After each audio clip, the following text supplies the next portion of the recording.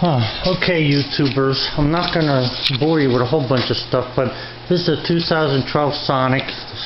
I have another video about it, the transmission oil change. Let me just get this light to come back on here. You can see the mileage. He's got 120,900 miles on this thing. And for some reason, the car's been showing a... wasn't there a code? Yeah, that was for the lean engine, though. What did they tell you about this thing? Why haven't you changed this? Oh, because the thermostat code came up, too. Oh, okay, so the thermostat code came up on the little, oh boy, what do you call it? The diagnostic machine that we have, yeah. So, what this looks like, and, you know, this is really disheartening to me. You see, that's the thermostat. You have to buy the whole part, and it's like, what? How much was this thing? $115. $115 for this. When the thermostat, which looks like it can come out, but I'm not even going to fool with it. But you know yourself, a regular thermostat for any other Chevy is about $8. So, kind of a little disheartening. I think the gasket for this thing, if you buy it alone, was like $10.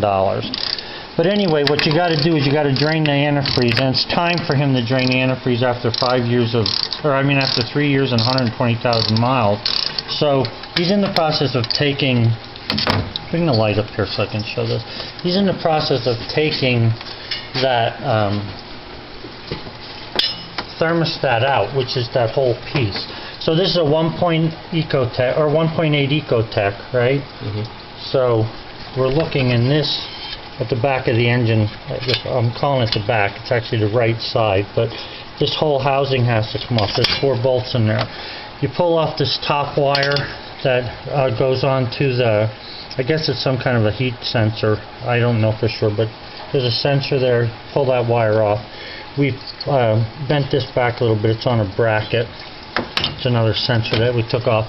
And we also removed this thing. Oops, sorry about that. We removed this, just 2 bolts, so that we could get that out of the way. The actual hardest part of this whole thing was trying to get the, bring that light down here, trying to get the antifreeze, excuse my reach here with this.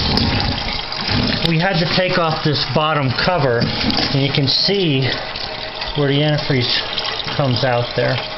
Okay, it's on the driver's side, or the passenger side. You just loosen up that nut, and the antifreeze starts coming out. I guess if I took the nut all the way out, it would come out faster, but I don't want it all over the car, because we got a dog in the garage here, and I don't want him to be licking this crap. So anyway, we're kind of draining that out. Here, hold this. How many pints did I tell you this holds, or whatever? You said 6 quarts. 6 quarts, did I say? Yeah. Oh, okay. So the system holds 6, I think it's 6.3 quarts or something like that. There we go. Oh, you got it out? Yep. Alright, so this is the old one.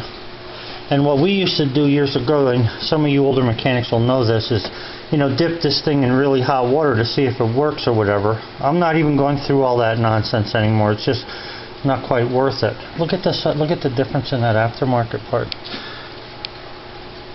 It's a different sort of makeup. Bolt holes the same. Yeah. And the gasket's the same. So it looks slightly different, but I'm going to assume that this is going to work just because of the bolt pattern and the location of the sensor. It looks like on the original one that definitely had to be replaced. It looks like on the new one that the sensor, there's a key there, the sensor could be taken out if needed and replaced. On the original one it cannot be. Also on the original one, if you look at that thermostat, there's no way to take that apart. You can pull it out of there probably, but it looks like this one could be twisted. You see how this is right here? It looks like if it could be twisted and take the thermostat out. Maybe save a couple bucks on the next one if we get that far. But anyway, he's had a lot of luck with the car. We are happy with it because 120,000 miles, you know, it's been 2 years or 3 years? 3. 3 years time is a lot of mileage on a car. Alright, so let's wipe that real clean, that face of that thing, and then we'll go from there. So then all we're going to do, guys, is we're just going to replace this back into there after we clean it up a little bit. I'm not going to put any goo on it because you can see that the gasket there sticks up pretty high. So it should be alright with that. And then we're just going to put the parts back together. So it's not really that hard to put together. Another hard part, which we actually broke, where's the wire? There's a wire that goes to the sensor. And you know, years ago everything used to just pull off. I'm so sick of some of these new engineering ideas. But you can see this part was in there. And it was a simple way of getting it off, but I didn't have any idea of how it came off. All you did was press this right here, and it pops off. Well, I thought you pried it, so I pried it out, broke it off. So we're going to put a little tie around that thing to help hold it on there. I'll probably put some kind of dielectric grease in there so nothing gets in there. So anyway, that's the video. Again, I'm not going to spend a lot of time with this thing because we want to get it finished.